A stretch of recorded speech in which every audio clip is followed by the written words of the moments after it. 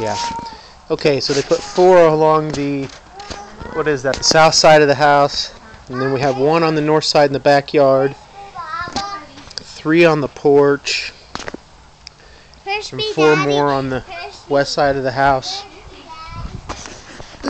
So, that looks like 12. And we cleared out our shed because they said they'd need to move it, and they didn't have to move it. So, just hold on, Emery.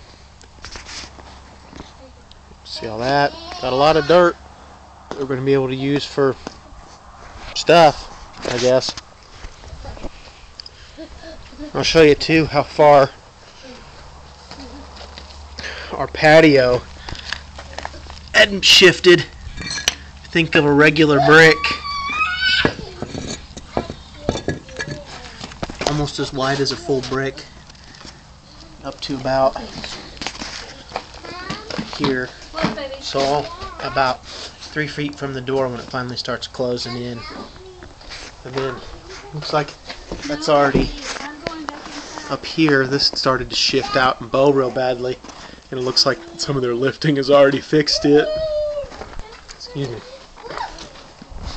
And probably have all that dirt just put over there underneath the tree for now once they get done.